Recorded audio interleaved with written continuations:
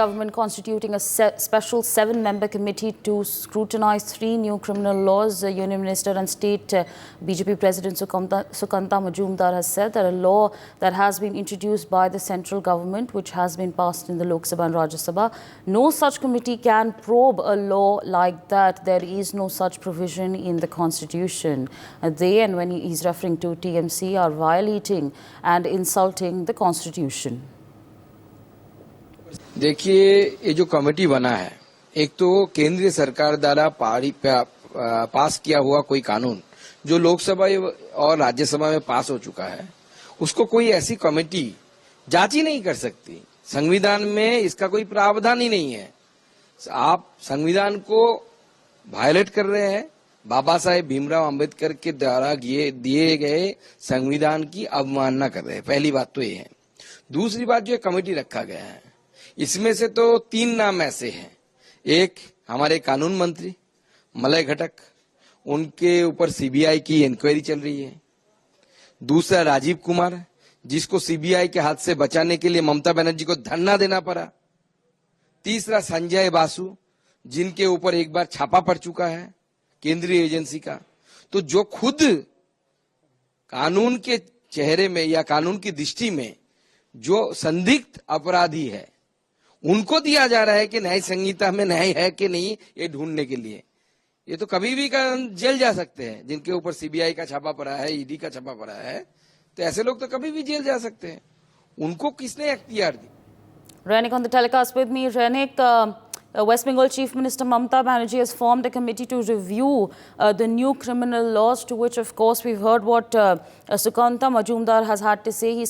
He's slammed TMC and said that, well, these bills were passed in the Lok Sabha and Rajya Sabha, and what the TMC is essentially trying to do is unconstitutional.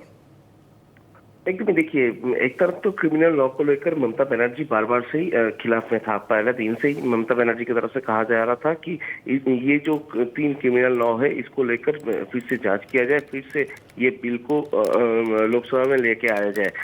मगर उसके बावजूद जब central government की तरफ से ये law को लागू कर दिया गया है, क्रिमिनल लॉ को 1 जुलाई से चालू कर दिया गया है, उसके बाद से ही ममता बनर्जी कह रहा था कि ये पूरा चीज को लेकर फिर से एक इंक्वायरी कमेटी तैयार किया जाएगा। जैसे कि गवर्नमेंट की तरफ से 7 लोगों का जो कमेटी तैयार किया गया है, इसको लेकर ही बीजेपी एक बार फिर से टीएमसी के ऊपर हावी है। क्योंकि ये जो 7 लोगों का जो कमेटी है, जिस 7 लोगों की कमेटी में 3 लोग ऐसे हैं जिसके नाम पे सीबीआई का केस है, जिसके घर में सीबीआई का छापामारी भी हुआ है और सीबीआई का इंक्वायरी भी अभी जारी है।